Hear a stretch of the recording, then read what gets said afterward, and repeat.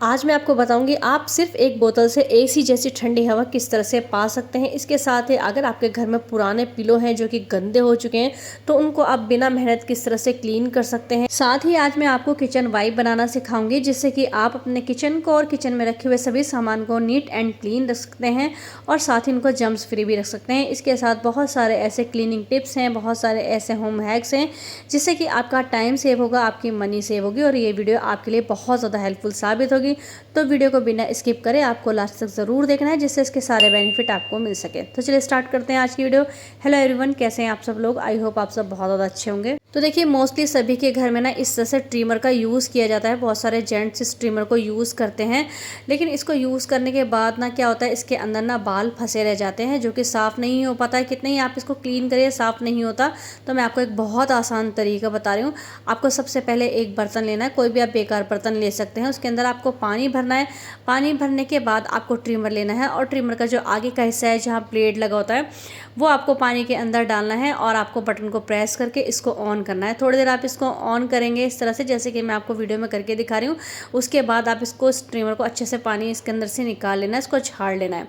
अब आप देखिए इस पानी के अंदर जितने भी इस ट्रिमर में बाल फंसे हुए थे ना, सारे इस पानी के अंदर आ चुके हैं। आपको पूरा ट्रिमर पानी के अंदर नहीं देना है, सिर्फ आगे का जो ब्लेड है उसको ही आपको इस पानी के अंदर डालना है।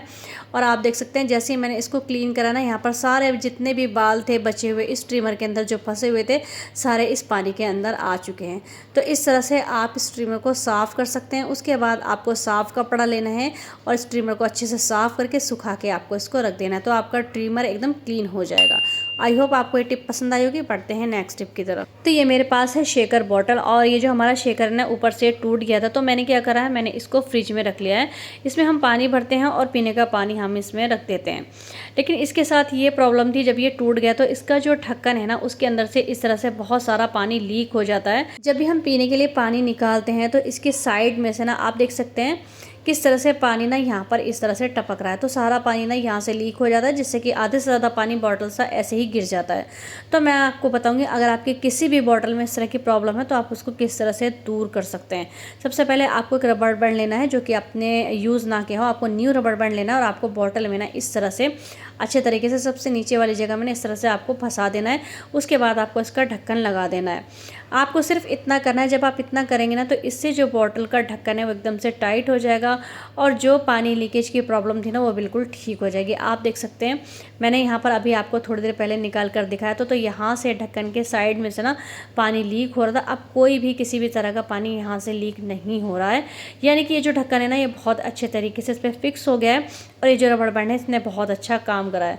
तो अगर आपके किसी भी बॉटल में ऐसी कोई प्रॉब्लम है कि उसके अंदर से ना पानी लीक हो रहा है तो आप इस तरह से एक रबड़ बैंड लगा सकते हैं। ये रबड़ बैंड लगाने से आपकी बॉटल एकदम से ठीक हो जाएगी और उसका पानी लीक होना बंद हो जाएगा। तो आई होप ये टिप भी आपको पसंद आई होगी। बढ़ते हैं नेक्स्ट टिप की तरफ। आज मैं आपको हरा धनिया स्टोर करने की बहुत अच्छी टिप बताऊंगी जो कि आपको बहुत ज़्यादा पसंद आएगी।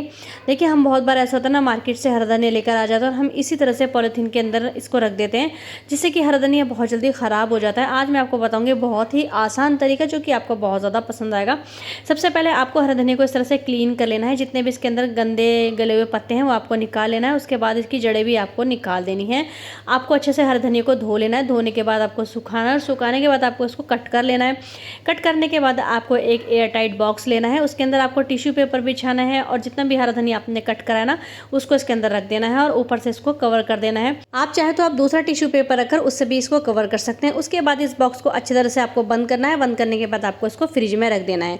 इससे आपके दो फायदे होंगे। एक तो जो आपका हरा धनिया ये फ्रेश रहेगा, लॉन्ग टाइम चलेगा और साथ ही सब्जी वगैरह में डालने के लिए आपको इसको बार बार कट करने की भी जरूरत नहीं पड़ेगी। बस आपको इस बॉक्स में से निकालना है और अपनी सब्जी में डाल देना। आई होप ये टिप भी आपको पसंद आएगी। बढ़ते हैं नेक्स्ट टिप की तरफ। तो मेरे पास एक कमेंट आया था, इसमें उन्होंने क्वेश्चन करा था कि हम किस तरह से अपने फर्श को ग्लास की तरह चमका सकते हैं, शीशे की तरह उसको चमका सकते हैं। आपको ऐसी टिप बताइए।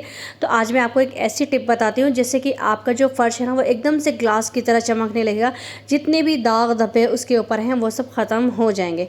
तो यहाँ पर आप अभी हमारे फर्श की हालत देख सकते हैं कितना ज़्यादा ना ये गंदा हो रहा है और ये बहुत ज़्यादा इसके ऊपर निशान है और इसके ऊपर ना शाइनिंग भी नहीं है। तो यहाँ पर मैंने एक लिक्विड बनाया है। उस लिक्विड को मैंने बनाने के बाद इस फर्श के ऊपर डाला है। डालने के बाद आपको क्या करना है, चाहे तो आप झाड़ू से भी इसको रगड़ सकते हैं। यहाँ पर मैंने वाइपर से ही रगड़ा है। मैं वाइपर से ही सफाई करती हूँ, वाइपर से ही मैं रगड़ती हूँ। उसके बाद बाद मैं वाइपर से ही इसको धोती हूँ। आप चाहे तो लिक्विड डालने के बाद आप झाड़ू से इसको रगड़ सकते हैं। जैसे ही आप इसे क्लीन करेंगे ना, आप खुद हैरान हो जाएंगे। आपका जो फर्श है वो जम्स फ्री भी हो जाएगा, साथ ही साथ फर्श में ग्लास जैसी चमक आ जाएगी। यहाँ पर मैं अभी आपके साथ एक छोटी सी टिप भी शेयर करूँगी जिससे कि आपका फर्श एकदम ग्लास की तरह चमकने लगेगा। तो देखिए, सबसे पहले मैंने फ़र्श के ऊपर क्लीनर डाला है। क्लीनर डालने के बाद मैंने वाइपर से उसको अच्छी तरह रगड़ दिया है। रगड़ने के बाद अब मैंने साफ़ पानी यहाँ पर फ़र्श के ऊपर डाला है। साफ़ पानी डालने के बाद अब मैं इसको वाइपर कर रही हूँ। जब हमारा फ़र्श सूख जाएगा तो आप बिफ़ोर और आफ्टर चेक करिएगा, आपको खुद इस फ़र्श में फ़र्क नज़र आएगा। तो इस तरह से अगर आपका गंदा से गंदा फ़र्श भी है, आपके टाइल्स हैं या फिर मार्बल वगैरह है, उसको भी आप इस तरह से क्लीन कर सकते हैं। किसी भी तरह का कोई हार्म आपके फ़र्श में या फिर आपके टाइल्स में नहीं होगा। तो देखिए, यहाँ पर आप डिफरेंस खुद चेक कर सकते हैं। आप ये देख सकते हैं कि हमारा फ़र्श कितने अच्छे तरीके से चमक गया है, एकदम शीशे की तरह चमक रहा है। कोई भी किसी भी तरह का दाग धब्बा यहाँ पर आपको नहीं दिख रहा होगा। आप अच्छे तरह से इसको चेक कर सकते हैं। तो इस तरह से ना आप इस क्लीनर को यूज़ करेंगे, बहुत ही आसान तरीके से क्लीनर बन जाएगा। कोई महंगा नहीं है, घर में ही आप इस क्लीनर को बहुत आसानी से बना सकते हैं। जब भी आपको घर साफ़ करना है तो आप इस क्लीनर को बनाइए और इसको यूज़ करिए। थोड़े से क्लीनर में आपका सारा घर साफ़ हो जाएगा। तो देखिए, यहाँ पर मैंने अच्छे तरीके से चमका दिया। अब मैं आपको एक छोटी सी टिप बताती हूँ। आपको एक सूखा हुआ और साफ़ कपड़ा लेना है और जब आप फ़र्श को धो देते हैं और फ़र्श सूख जाता है तो आपको इस कपड़े से ना अच्छी तरह इस फ़र्श को रब कर देना है। जैसे आप फ़र्श को रब करेंगे तो आप देखेंगे कि आपका फ़र्श एकदम से ग्लास की तरह चमक गया है, शीशे की तरह चमक गया है। छोटा सा है कि ट्राई करके ज़रूर देखिएगा, आपको इसका अमेजिंग रिजल्ट मिलेगा। अब मैं आपको बताती हूँ आप किस तरह से इस क्लीनर को बना सकते हैं। सबसे पहले आपको एक बॉल लेना है। बॉल में आपको पानी भरना है अपने नीड के अकॉर्डिंग, जितना भी आपको सफाई में चाहिए। उसके बाद आपको लेना है डिश वॉश जेल, बर्तन जिससे हम धोते हैं वो वाला जेल लेना है। और उसके बाद आपको 1 से 2 ढक्कन यहाँ पर सिरके के डाल देने हैं। उसके बाद अगर आप चाहें तो आप कोई भी परफ्यूम इसके अंदर स्प्रे कर सकते हैं, क्योंकि कुछ लोगों को विनेगर की स्मेल पसंद नहीं होती है। तो अगर आप परफ्यूम डालेंगे तो आपके घर में एक बहुत प्यारी सी खुशबू भी आएगी। तो इस तरह से आपका जो DIY क्लीनर है ये बनकर रेडी हो चुका है। इससे आप अपने घर को क्लीन कर सकते हैं, आपका घर साफ भी रहेगा और खुशबूदार भी रहेगा। बढ़ते हैं नेक्स्ट टिप की तरफ। आज मैं आपको बताऊंगी आप इस बॉक्स से किस तरह से अपने किचन को और किचन में रखे हुए सभी सामान को आप क्लीन कर सकते हैं। यहाँ पर मैं आपको एक ऐसा वाइप बनाकर दिखाऊंगी जिससे आप अपने किचन के सभी आइटम को साफ कर सकते हैं। चाहे वो आपका गैस का चूल्हा हो, चाहे वो आपके किचन के गंदे डब्बे हों, चाहे वो किचन स्लेब हो, चाहे वो किचन की टाइल्स हों, उन सभी को आप बहुत अच्छे तरीके से क्लीन कर पाएंगे। बहुत ही आसानी से आप इन वाइप को बना सकते हैं। देखिए, यहाँ पर मैंने इन वाइप को बना लिया है। बनाने के बाद अब मैं यहाँ पर आपको इस गैस को साफ करके दिखा रही हूँ। इन वाइप को बनाकर आप अपनी किचन में रख सकते हैं। इससे ये फ़ायदा होगा, जैसे कि हम खाना बनाते हैं, हमने रोटी वगैरह बनाई है तो हमारे गैस का चूल्हा गंदा हो जाता है और हम इधर उधर कपड़ा ढूंढते हैं उसे साफ़ करने के लिए। तो अगर ये आपकी किचन में होगा, आपको एकदम से इनको निकालना है और अपने चूल्हे वगैरह को इससे साफ़ कर लेना है। खाना बनाने के बाद अगर आपका काउंटर टॉप गंदा है तो आप उसको भी साफ़ कर सकते हैं और साथ ही गैस के चूल्हे को भी साफ़ कर सकते हैं। तो देखिए, मैंने यहाँ पर चूल्हे को अच्छे तरीके से साफ़ करके दिखा दिया। अब यहाँ पर जो हमारी स्लेब है ना, इसको भी मैं साफ़ करके दिखा रही हूँ।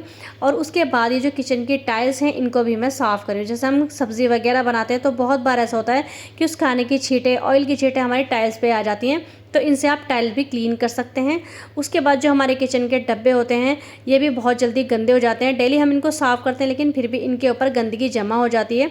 तो आपको क्या करना है, आपको इन वाइप्स को निकालना है। अच्छी तरह से आपको इनको निचोड़ लेना है। निचोड़ने के बाद आपको इन बॉक्सेस को बाहर से इस तरह से क्लीन कर देना है, क्योंकि ज़्यादातर जो हमारे डब्बे होते हैं ना वो बाहर से बहुत जल्दी गंदे हो जाते हैं। तो इन वाइप से किचन के जो डब्बे हैं वो बहुत ही आसानी से साफ़ हो जाएंगे। बहुत बार ऐसा होता है कि हम किचन का काम निपटाते हैं, किचन हम साफ़ करते हैं तो हमारे जो किचन के बॉक्सेस होते हैं वो गंदे हमें लगते हैं। तो उस टाइम पे आपको सिर्फ ये वाइप निकालना है और इस तरह से इन डिब्बों को क्लीन कर देना है। तो यहाँ पर देखिए, पहले मैंने उस वाइप से डब्बे क्लीन करे हैं, उसके बाद मैंने ये सूखा हुआ साफ़ कपड़ा लिया है और इससे इनको मैंने अच्छी तरह से साफ़ कर दिया है। तो आप देख सकते हैं डब्बे ना एकदम से चमक गए हैं। तो आप डेली भी अपने डब्बों की इस तरह से सफाई कर सकते हैं, क्योंकि कुछ लेडीज़ होती हैं जो डेली भी अपने किचन के बॉक्सेस को इस तरह से साफ़ करती रहती हैं। तो आप इस तरह से डब्बों को डेली भी क्लीन कर सकते हैं। बहुत ही आसानी से आपका काम हो जाएगा और आपको बहुत ज़्यादा अपना काम आसान लगेगा। बहुत सारे डब्बे ऐसे होते हैं जो डेली तौर पर भी गंदे हो जाते हैं। अब देखिए यहाँ पर मैंने सारे डब्बे आपको साफ़ करके दिखाए। इससे आप अपने किचन को बहुत अच्छी तरीके से साफ़ कर सकते हैं। आपका किचन एकदम नीट क्लीन तो रहेगा, साथ ही जम्स फ्री भी रहेगा। तो देखिए यहाँ पर मैंने सारे बॉक्सेस आपको साफ़ भी करके दिखाए हैं और अब गैस का चूल्हा भी साफ़ करा है, स्लेब भी साफ़ करिए, टाइल्स भी साफ़ करिए। अब मैं आपको बताऊँगी आप इन वाइप को किस तरह से बना सकते हैं। फ्री ऑफ कॉस्ट आपका ये वाइप बनकर रेडी हो जाएंगे। सबसे पहले आपको एक बॉक्स लेना है जिसके अंदर आप इनको रख सकते हैं। उसके बाद आपको क्या करना है, आपके घर में जो बेकार कपड़े होते हैं ना, आपको वो ले लेना है। तो यहाँ पर मेरी पुरानी शर्ट थी, उसको मैंने ले लिया है और इसको मैंने कट कर लिया। यहाँ पर आपको या तो कॉटन का कपड़ा लेना है या फिर आप पुरानी टी शर्ट को भी कट करके यूज़ कर सकते हैं, वो भी क्लीनिंग में बहुत अच्छा काम करती हैं। अब देखिए यहाँ पर पहले मैंने एक बॉक्स लिया है, बॉक्स में मैंने पानी डाल दिया है। पानी डालने के बाद मैंने यहाँ पर लिया है 2 चम्मच बेकिंग सोडा और वो मैंने इसके अंदर डाल दिया है। बेकिंग सोडा डालने के बाद मैंने लिया है यहाँ पर सफ़ेद सिरका यानी कि वाइट विनेगर, और वाइट विनेगर मैंने इसके अंदर डाल दिया है। उसके बाद यहाँ पर मैंने लिया है डिश वॉश जेल और यहाँ पर मैंने 2 से 3 चम्मच डिश वॉश जेल इसके अंदर डाल दिया है। उसके बाद मैंने लिया है डेटॉल और डेटॉल को इसके अंदर डाल दिया है। अगर आपके पास डेटॉल नहीं है तो आप कोई भी एंटीसेप्टिक इसके अंदर डाल सकते हैं। यहाँ पर आपको सिर्फ 1 या 2 ड्रॉप ही डालना है, ज़्यादा नहीं डालना है। इन सबको डालने के बाद अच्छी तरह से इसको मिक्स करना है। मिक्स करने के बाद जो मैंने कपड़ा की कटिंग आपको दिखाई थी उसको आपको 1 बाई 1 करके इसके अंदर इस तरह से रखते जाना है जब तक कि अच्छे तरीके से अपने अंदर पानी को एब्जॉर्ब नहीं कर लेते। बहुत अच्छे तरीके से आप इसको रखेंगे, सारा पानी इसके अंदर चला जाएगा और ये आपका DIY वाइप बनकर रेडी हो गया। आप इसको किचन में रखिए, जब भी आपको ज़रूरत पड़े इसे निकालिए, निकालने के बाद सफाई करिए और उसके बाद आप इनको डस्टबिन में डाल सकते हैं। आपको इन्हें धोने की भी ज़रूरत नहीं पड़ेगी। आई होप टिप आपको पसंद आएगी। बढ़ते हैं नेक्स्ट टिप की तरफ। आज मैं आपको बताऊंगी पिलो धोने का बहुत ही आसान तरीका, जिससे पिलो बिल्कुल साफ़ भी हो जाएंगे, साथ ही ये जम्स फ्री भी हो जाएंगे। बहुत बार ऐसा होता है, बहुत घरों में ऐसा होता है, हम कपड़े तो धोते हैं, चादर वगैरह धोते हैं, लेकिन इनकी तरफ हमारा ध्यान नहीं जाता है। तो मेरे जो पिलो है ना, ये भी बहुत ज़्यादा गंदे हो गए हैं। आज मैं आपको बताऊँगी किस तरह से गंदे पिलो को आप साफ़ कर सकते हैं। यहाँ पर सबसे पहले मैंने इनके जितने भी कवर हैं वो कवर मैंने सारे निकाल लिए। अब ये वाला जो आप कवर देख रहे हैं मैंने शर्ट से बनाया था, बहुत ही आसान तरीके से बनकर रेडी हो गया था। सारे कवर मैंने यहाँ पर निकाल लिए हैं। निकालने के बाद मैं आपको बताऊंगी आपको इनको किस तरह से धोना है। सबसे पहले आपको वॉशिंग मशीन में पानी भर लेना है अपनी नीड के अकॉर्डिंग। जितने भी आपको 2 या 3 एक साथ धोने हैं उस हिसाब से आप पानी डाल लीजिए। पानी डालने के बाद यहाँ पर मैंने लिया है शैम्पू, ये मेरा बचा हुआ शैम्पू है, तो मैंने थोड़ा सा शैम्पू इसके अंदर डाल लिया है। उसके बाद मैंने इसके अंदर थोड़ा सा पानी डाला है और इसको मैंने अच्छी तरह से दोबारा से वॉशिंग मशीन में ही डाल दिया है।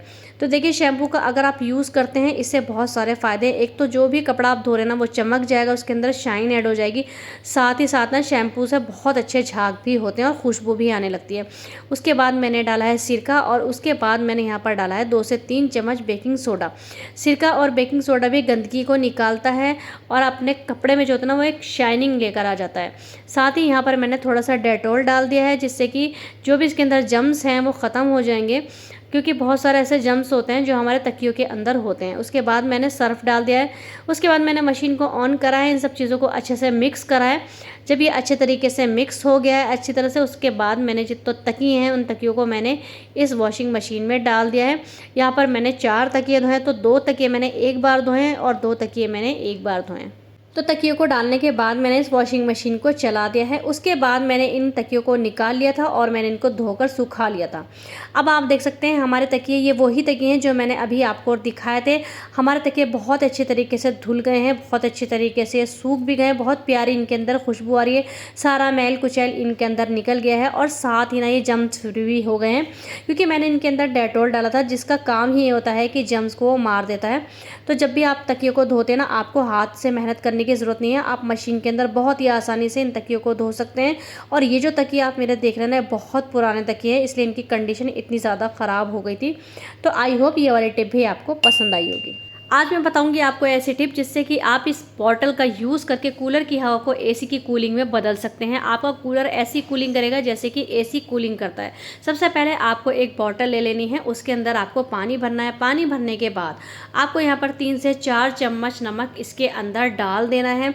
नमक डालने के बाद आपको उसको बहुत अच्छे तरीके से मिक्स करना है जब तक कि सारा नमक पानी के अंदर घुल ना जाए। उसके बाद आपको उसको फ्रीज़र में रख देना है और आपको इस बॉटल को फ्रीज़ कर लेना है।